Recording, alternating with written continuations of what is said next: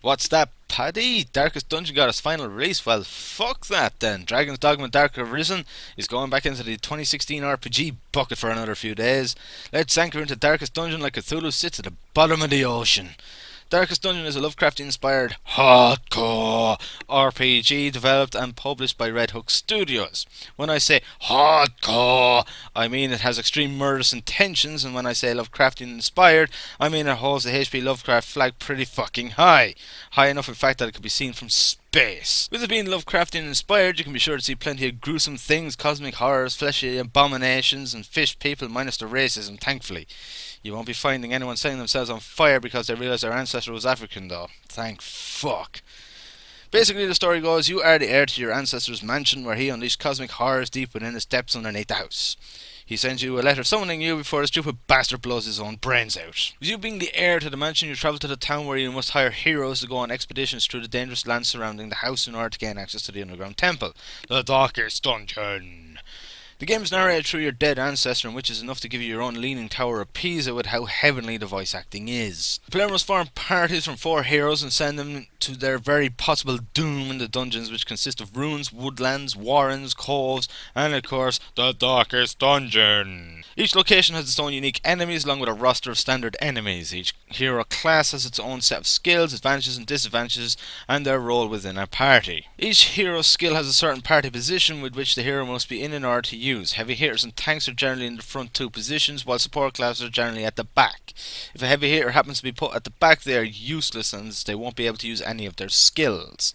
I guess the moral of the story is position, position, position. Of course, the game wouldn't have very Lovecraftian feel to it if it didn't have at least one person going absolutely batshit crazy. In the Darkest Dungeon, every hero has the possibility of losing their shit, even the most battle-hardened old war hero, the man-at-arms. How it works is, as the party explore a dungeon, they will encounter horrific monsters and sights which increase their stress levels. Certain monster attacks are aimed solely to increase a hero's stress level. Once a hero reaches 100 stress, their resolve is tested. This can go in one of 2 different ways, either positive or negative. If positive, they pull their shit together and become stalwart or courageous or whatever. If negative, they become paranoid, fearful and abusive and so on, which could lead to a ton of problems for the rest of the party. If a hero reaches 200 stress, they have the possibility of suffering from a heart attack, which immediately puts their health to 0. Should a hero reach 0 health, they lay on death's door. While on death's door, the next blow can kill them, but there's always a chance of them surviving it. If you heal them, they are no longer on death's door, but suffer from a debuff from it until the end of the quest. While in a dungeon, you have a torch displaying on the top of the screen. The lower the torch gets, the more dangerous enemies are and increased stress, but the more loot you receive. You can keep the torch topped up by using additional torches, but as taking risk leads to higher reward. The lower the torch becomes, the more intense the atmosphere and combat music becomes. Quests in dungeons include scouting, elimination, killing a boss, collecting resources and activating shrines, and so on and so forth.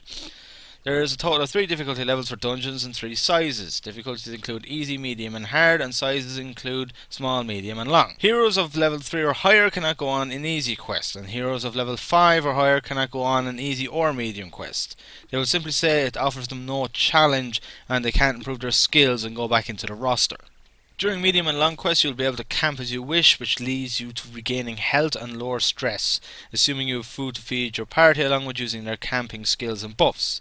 Before embarking on a quest, you must choose what provisions to give your party, including food, torches, anti-venom, bandages, etc., etc. Heroes can also carry trinkets, which each generally have an upside and a downside and come in different forms of rarity. The higher the rarity, the better the bonus it gives, but also more negatives. Some trinkets are specifically for certain classes. As you progress through a dungeon, you will find heirlooms which come in 4 forms: busts, paintings, steeds, and crests. They are used to upgrade the buildings within the town. The buildings in the town include a tavern where heroes who are stressed can relax by drinking, gambling, or paying a naughty visit to the brothel. The church works in the same way, but offer prayer, meditation, and flagellation. The sanatorium offers treatment of quirks, which can be positive or negative. Positive quirks can be locked and kept forever for a large fee, while negatives can be removed. Any diseases a hero contracts through their adventures can also be treated here. Then you have the guild for increasing and learning new skills, the blacksmith for upgrading weapons and armour, the survivalist who teaches new camping skills, nomad wagon where you can buy new trinkets for a heavy price, graveyard to see a list of your lost heroes, and finally ancestor memoir where you can replay any unlocked memories of your ancestor. The visuals of Darkest Dungeon are simply delightful and created in a hand-drawn art style.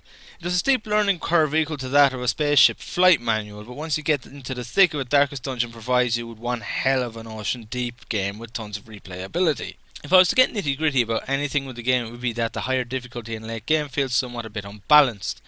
I found my hero stress level increasing at rate of someone with panophobia. Along with that, I feel that some of the classes may be slightly overpowered while others a tiny bit underpowered. Aside from those two minor issues, I think Darkest Dungeon is pretty much the golden shit in the Garden of Eden of RPGs.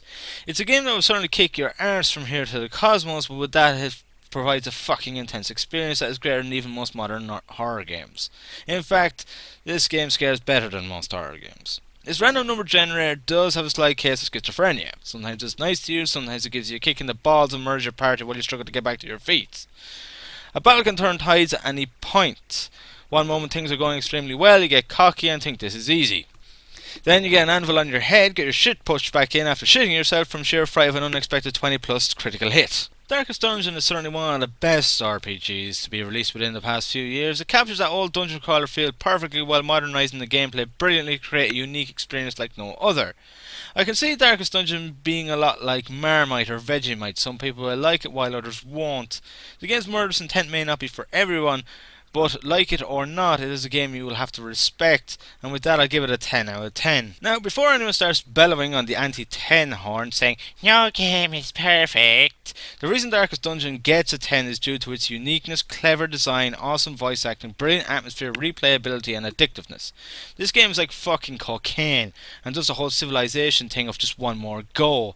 If you do decide to play Darkest Dungeon, prepare to kiss your social life goodbye, gain a few pounds and go white as a vampire as you won't be leaving your house anytime soon.